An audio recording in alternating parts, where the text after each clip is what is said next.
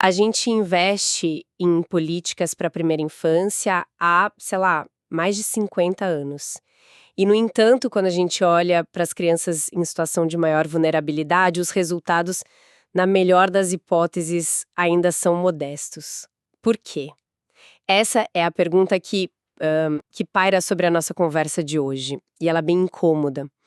Para nos guiar, a gente tem o artigo acadêmico de Jack Shonkoff e Philip Fisher, que não tenta só ajustar o que já fazemos. A proposta é virar a mesa. Então, o que a gente quer entender hoje, com base nesse artigo, é o seguinte: e se o segredo para liberar o potencial de uma criança não estiver em focar só nela? E se for sobre fortalecer a base, ou seja, as capacidades dos adultos que cuidam dela? Exatamente. E o que é genial na abordagem deles é que não se trata só de melhorar os programas que já existem, sabe? A proposta é criar uma cultura de inovação.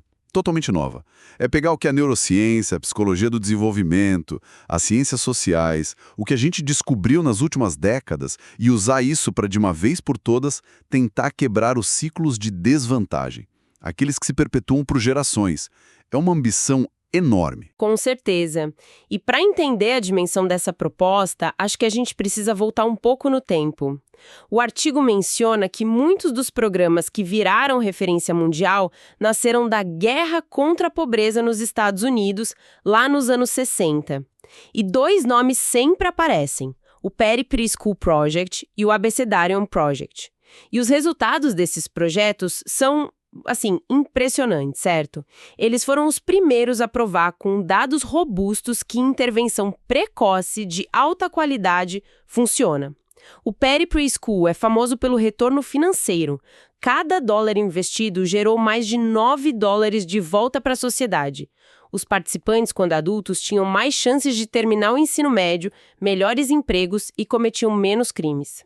Basicamente, eles provaram que investir cedo é a coisa mais inteligente a se fazer. Sim, e esse foi um marco fundamental.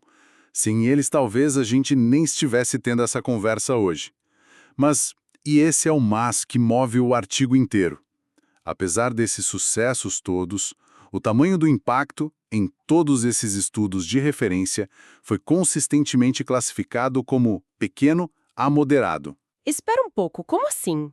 Se o retorno é de 9 para 1, como que o impacto pode ser pequeno a moderado? Onde essa conta não fecha? O que impediu o retorno de ser, sei lá, 20 para 1? Essa é a pergunta de $1 milhão. A conta não fecha porque, mesmo com a intervenção, os problemas de fundo não foram totalmente resolvidos. Vamos pegar o Perry Preschool Project de novo.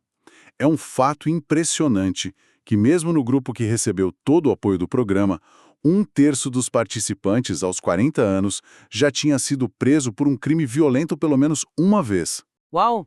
1/3? Mesmo no grupo de intervenção? Isso muda completamente a perspectiva.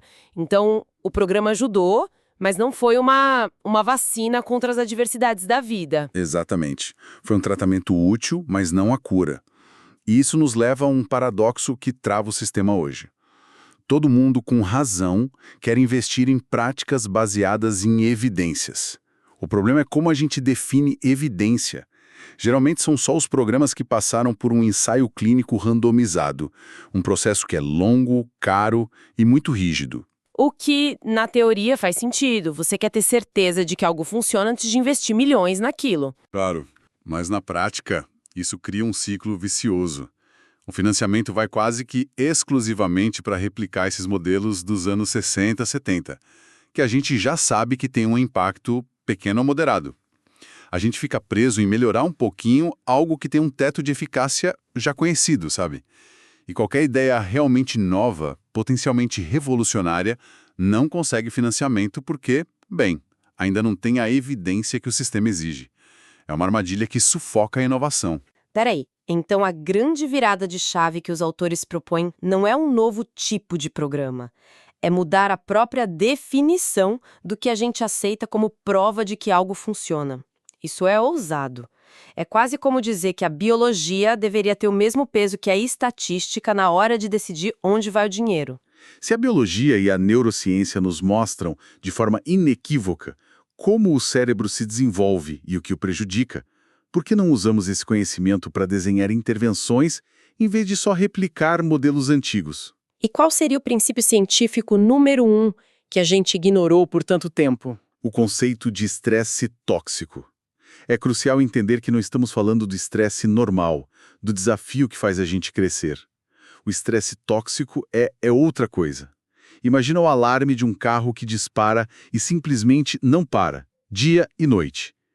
Essa é a ativação excessiva e prolongada dos sistemas de resposta ao estresse no corpo de uma criança que vive em um ambiente de adversidade extrema, violência doméstica, negligência, um caos constante. E qual o efeito desse alarme que não para no cérebro de uma criança pequena? Ele é devastador. Esse estado de alerta constante libera hormônios como cortisol em níveis tão altos e por tanto tempo que eles podem literalmente danificar a arquitetura do cérebro em desenvolvimento.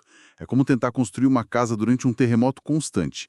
As conexões neurais, aquelas responsáveis pelo aprendizado, memória, controle emocional, elas são enfraquecidas. As consequências disso duram a vida inteira. Isso me leva a uma conclusão. Se o problema é biológico, a solução também precisa ser. A gente passou décadas pensando em como estimular mentes, com brinquedos educativos, aulas, mas pelo que você está dizendo, a prioridade talvez devesse ser outra. Exato. A nova abordagem baseada na ciência muda o foco, de estimular mentes para proteger cérebros. A primeira tarefa não é ensinar o alfabeto, é reduzir as fontes de estresse tóxico e fortalecer os sistemas de proteção que amortecem o impacto da adversidade. E quem são esses sistemas de proteção? Não estão falando de um capacete, certo? Sim, não. A gente está falando de pessoas. O maior e mais eficaz amortecedor para o estresse de uma criança é um relacionamento estável, sensível e protetor com um adulto. Se o cérebro da criança é a casa em construção, esse adulto é o engenheiro, o mestre de obras e o segurança na porta, tudo ao mesmo tempo. Mas aí vem a questão fundamental. E se o segurança estiver em pânico?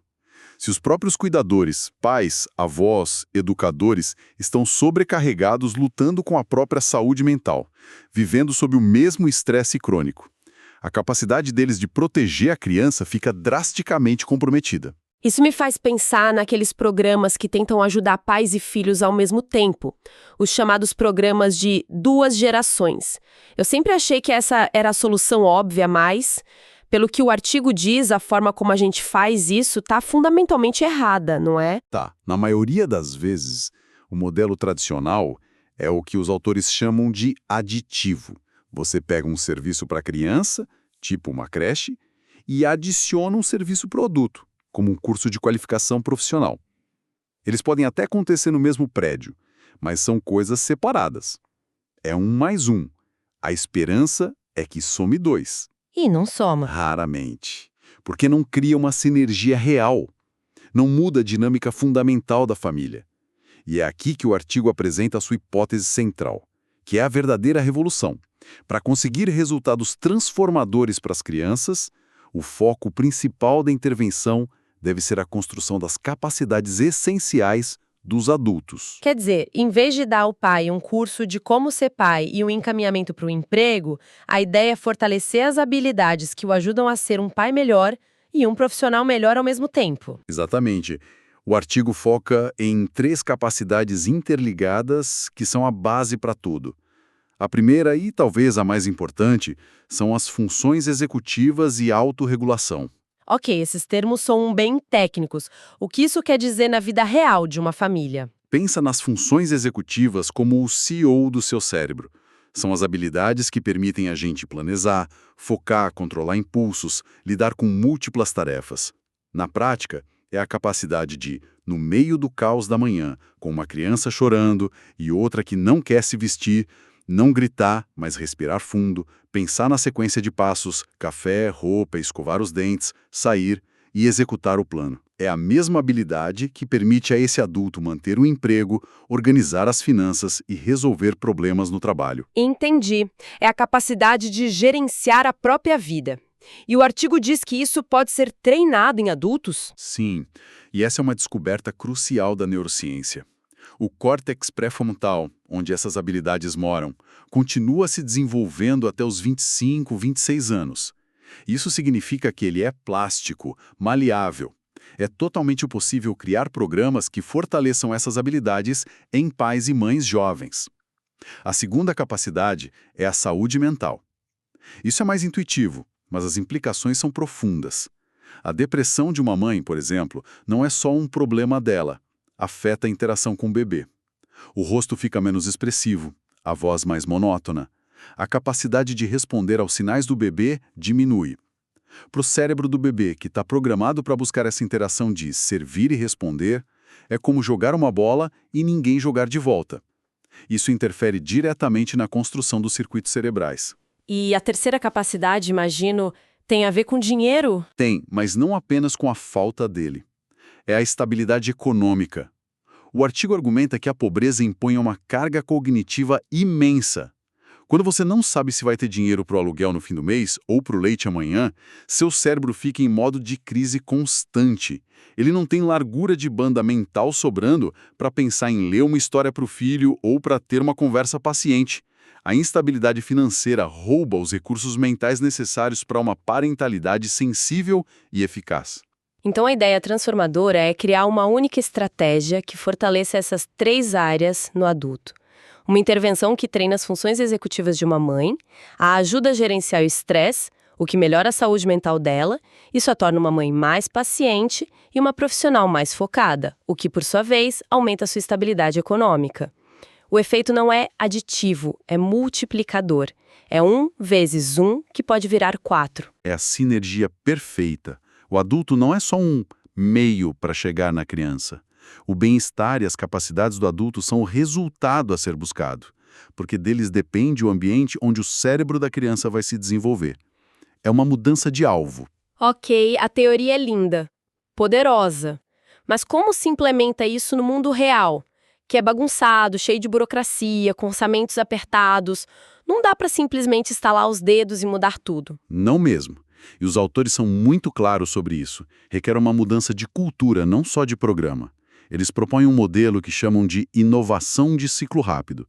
A melhor analogia é pensar em como um chefe de cozinha cria um prato novo. Ele não passa 5 anos pesquisando para depois apresentar a versão final. Certo, ele faz uma versão pequena, prova, ajusta o sal, adiciona um tempero, prova de novo. Exatamente. É um processo de testar, aprender e adaptar rapidamente. A ideia é aplicar essa mesma lógica às políticas sociais.